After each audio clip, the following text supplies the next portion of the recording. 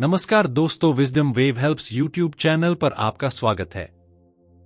दोस्तों, अगर आप खुद को बहुत कमजोर और लाचार महसूस कर रहे हैं, कुछ करने की सोच रहे हैं लेकिन कर नहीं पा रहे हैं, या अगर आपके अंदर आत्मविश्वास की कमी है और हर जगह असफलता का सामना कर रहे हैं, तो आपको यह सच्ची कहानी जरूर सुननी चाहिए। यह कहानी न केवल आपको सफल बनाएगी, बल्कि आपके अंदर का आत्मविश्वास भी जगा देगी। जैसा कि आप जानते हैं, दुनिया में कुछ बड़ा करने के लिए आत्मविश्वास का होना बेहद जरूरी है। तो बिना समय गवाए, आइए एक सच्ची कहानी की ओर बढ़ते हैं। प्राचीन समय में निरंजना नदी के किनारे बसे एक गांव में हेमू नाम का एक युवक रहता था। जानकारी के लिए बता दूं कि निरंजना नदी के पास एक पीपल का पेड़ था जिसके नीचे भगवान बुद्ध ने ज्ञान प्राप्त किया था। उस समय शिक्षाएं आश्रमों में दी जाती थीं, और आज की दुनिया में भी वे शिक्षाएं पूरी तरह से फिट बैठती हैं। हेमू का बचपन अच्छा गुजरा और धीरे धीरे वह बड़ा हो गया। कहते हैं, जब जिम्मेदारियों का बोझ हमारे कंधों पर आता है, तब हमारी असली परीक्षा होती है। बचपन में माता पिता का साथ होता है और हम ज्यादा नहीं सोचते, लेकिन जब खुद को कमाकर जीना पड़ता है, तब हमारे असली संघर्ष और साहस की परीक्षा होती है। हेमू बड़ा हो गया और कमाने लायक हो गया था।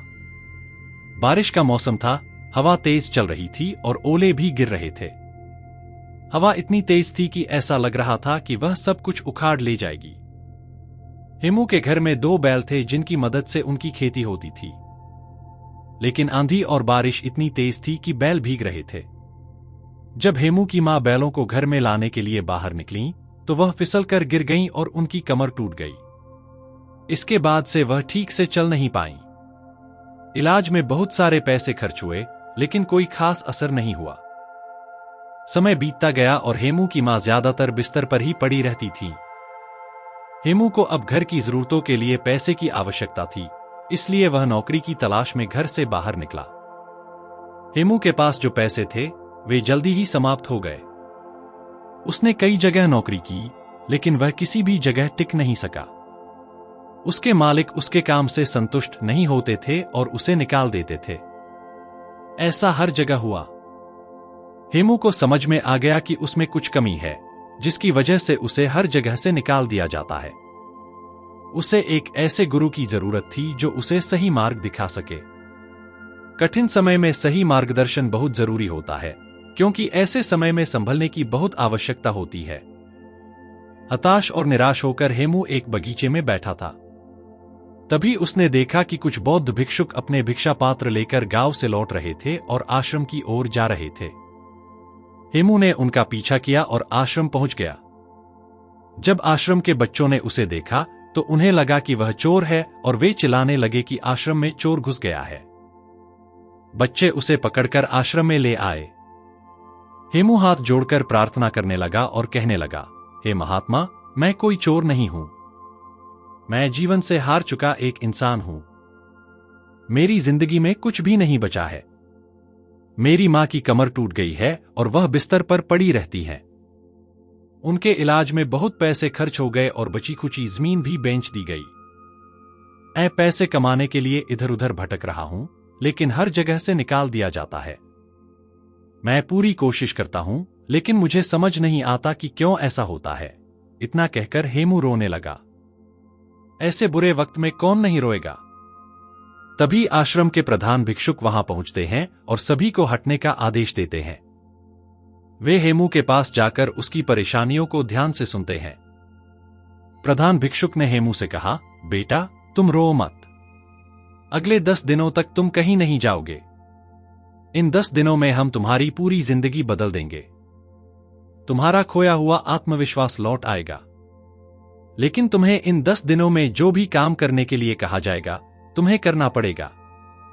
अगर तुम 10 दिनों में मेरी बात मान गए, तो लोग तुम्हें पाने के लिए तरसेंगे और तुम जीवन में बहुत आगे बढ़ जाओगे। बस तुम्हें यहीं रुकना होगा और जैसा मैं कहूं, वैसा करना होगा। अगले 2 दिनों तक प्रधान भिक्षुक ने हेमू को पौधों में पानी डालने का काम दिया। हेमू ने पौधों में पानी डाला और प्रधान भिक्षुक ने उसकी मेहनत देखी। फिर अगले 2 दिनों तक उन्होंने हेमू को भिक्षा मांगने का काम सौंपा। हेमू गांव गया और भिक्षा मांग कर लाया। इसी तरह 5 दिनों तक प्रधान भिक्षुक ने हेमू के काम और उसके तरीकों को ध्यान से देखा। हेमू को यह अंदाजा नहीं था कि प्रधान भिक्षुक उसकी क्रिया विधि पर नजर रख रहे हैं। 5वें दिन की शाम को प्रधान भिक्षुक ने हेमू से कहा कि अगले दिन तुम सुबह नदी में स्नान करने के बाद मेरे पास आना। हेमू ने अगली सुबह नदी में स्नान किया और प्रधान भिक्षुक के पास पहुंच गया। उसने उन्हें प्रणाम किया और कहा, हे महात्मा, 5 दिन बीत चुके हैं, लेकिन आपने मुझे अभी तक कोई ज्ञान या सलाह नहीं दी है। अब सिर्फ 5 दिन बचे हैं, फिर से मुझे वही कठिन जीवन जीना पड़ेगा। यहां खाना तो अच्छा मिला, लेकिन 5 दिनों बाद क्या होगा? मुझे चिंता हो रही है। प्रधान भिक्षुक ने हेमू की चिंता को समझा और कहा, हेमू, हमने इन 5 दिनों में तुम्हारी गलतियों को देखा है और अब हमें पता चल गया है कि लोग तुम्हें क्यों निकाल रहे हैं और तुम क्यों असफल हो रहे हो। मैं तुम्हें आत्मविश्वास बढ़ाने के लिए 7 तरीके बता रहा हूं। प्रधान भिक्षुक ने आत्मविश्वास बढ़ाने के पहले तरीके के बारे में बताया कि छोटे छोटे कामों से शुरुआत करो और पहले छोटे कामों को पूरा करने का लक्ष्य बनाओ। जब तुम छोटे काम करना सीखोगे तो तुम्हारा आत्मबल धीरे धीरे बढ़ेगा। बड़े लक्ष्य हासिल करने के लिए छोटे छोटे कामों पर ध्यान देना जरूरी है। अगर तुम शुरू में ही बड़े काम करने लगोगे तो अनुभव की कमी के कारण तुम सफल नहीं हो पाओगे। यही वजह थी कि लोग तुम्हें निकाल देते थे। इसलिए छोटे कामों पर ध्यान दो और अनुभव प्राप्त करो। दूसरे तरीके के बारे में उन्होंने कहा कि अभ्यास की आदत डालो। किसी भी काम को शुरू करने से पहले उसके बारे में पूरी जानकारी लो और फिर अभ्यास करो। जितना ज्यादा अभ्यास करोगे उतना ही आत्मविश्वास बढ़ेगा। तीसरे तरीके में खुद को जानने की बात कही। अपनी ताकत और कमजोरी को समझो। अगर तुम्हें अपनी कमजोरी का पता है तो तुम उस पर काम कर सकते हो और अपने विरोधियों को मात दे सकते हो। चौथे तरीके में उन्होंने कहा कि अपने मन को नियंत्रित करो। अगर तुम्हारा मन शांत और नियंत्रित होगा तो तुम अपने काम पर अच्छे से ध्यान दे पाओगे और गलतियों की संभावना कम होगी। 5वें तरीके में खुद और दूसरों का सम्मान करने की बात की। अपनी छोटी छोटी उपलब्धियों को सराहो और खुद पर गर्व करो। इससे आत्मविश्वास बढ़ेगा। छठे तरीके में खुद के लिए समय निकालने की सलाह दी। दिन में एक बार अकेले समय बिताओ और अपने दिन के बारे में सोचो। यह आत्ममूल्यांकन तुम्हारे आत्मविश्वास को बढ़ाएगा। 7वें तरीके में उन्होंने कहा कि अपने स्वास्थ्य का ख्याल रखो। अच्छे स्वास्थ्य के बिना कुछ भी हासिल नहीं किया जा सकता। योग और व्यायाम से शरीर को स्वस्थ रखो ताकि मस्तिष्क में अच्छे विचार उत्पन्न हो सकें और आत्मविश्वास बढ़ सके।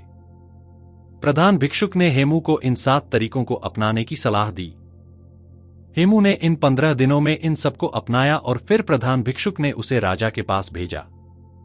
राजा हेमू की कार्यशैली से प्रभावित हुआ और उसे अपनी सेना का नायक नियुक्त कर लिया। हेमू का जीवन बदल गया और वह एक सफल और खुशहाल जीवन जीने लगा। मुझे उम्मीद है कि आप भी इन 7 तरीकों को अपनाकर अपने आत्मविश्वास को बढ़ा सकते हैं और अपने जीवन में बड़ी सफलता प्राप्त कर सकते हैं। अगर आपको यह कहानी पसंद आई हो तो कृपया वीडियो को लाइक, शेयर और चैनल को सब्सक्राइब जरूर करें। साथ ही कमेंट में नमो बुद्धाय जरूर लिखें। धन्यवाद।